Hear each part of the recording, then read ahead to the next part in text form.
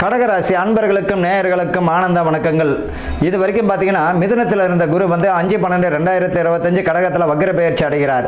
உங்கள் ராசியிலேயே குரு வருகிறார். கோச்சார இப்போ ஏற்கனவே பார்த்தீங்கன்னா இந்த சந்திரனும் குருவும் பார்த்தீங்கன்னா கடகத்தில் இருக்கக்கூடிய ராசி அன்பர்களுக்கு பார்த்தீங்கன்னா கூடவே குரு இருக்காருன்னு இப்போ கோச்சார குரு வரும்போது மதிப்பு மரியாதை கொடுத்துடுவார். ஆக மொத்தத்தில் இன்னொரு விஷயத்தையும் புரிஞ்சுக்கணும். குரு வந்து பார்த்தீங்கன்னா வக்ர பெயர்ச்சி அடைவதால் மிக கவனம் தேவை. இந்த கடகராசிக்காரர்கள் குறிப்பாக பார்த்தீங்கன்னா இந்த ஆயுள் நட்சத்திரக்கால் வாயில் வந்து நிதானம் தேவை. ஏற்கனவே மாட்டிக்கிட்டு அல்லல் பட்டவர்களும் இவர்கள் தான். இனிமேலும் நிதானத்தை கடைபிடிக்கணும்.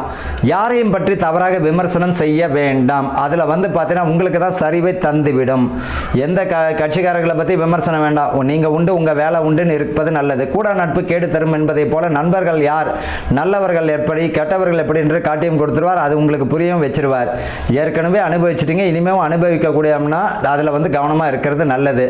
குறிப்பாக பார்த்தீங்கன்னா இந்த ஆயில்யம் கடகத்துக்கு பூச நட்சத்திரக்காரர் கவனமாக இருக்கிறது நல்லதுங்க. இந்த கடகராசிக்காரர்கள் பார்த்தீங்கன்னா அரசியல் பிரமுகர்களுக்கு மிக அற்புதமான மாதம் இனிமேல் தான்.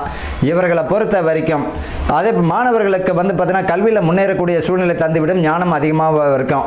என்ன காரணம் அப்படின்னா எப்பவுமே பட்டா தானே தெரியும் புத்தி.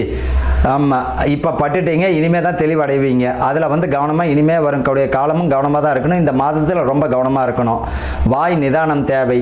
அதை குடும்பத்தில் வந்து விட்டு கொடுத்து போகிறது நல்லது. கணவன் மனைவிக்குள்ள சிறு சிறு சலசலப்புகள் இருக்கும். அதில் வந்து நீங்கள் விட்டு கொடுத்து போகிறது மிக நல்லது. மாணவர்கள் படிப்பில் வந்து கல்வியில் வந்து பார்த்தீங்கன்னா கவனத்தை செலுத்தணும். முயற்சிகள் பலனை தரும். இவர்களை பொறுத்த வரைக்கும் அரசு பிரமுகர்கள், அரசு அதிகாரிகள் கையூட்டல் இந்த மாதிரியான தேவையில்லாத விஷயங்களை தலையிட்டானா மாட்டி விட்டுருவார். சூரியனை போன்று பிரகாசமாக காட்டியும் கொடுத்துருவார். அது வெளிச்சத்துக்கு வந்துடும். இதை விட அது போராட்டமான சூழ்நிலை தந்துவிடும். ஆக மொத்தத்தில் இந்த கார்த்திகை மாதம் மிக கவனமாக இருப்பது நல்லது.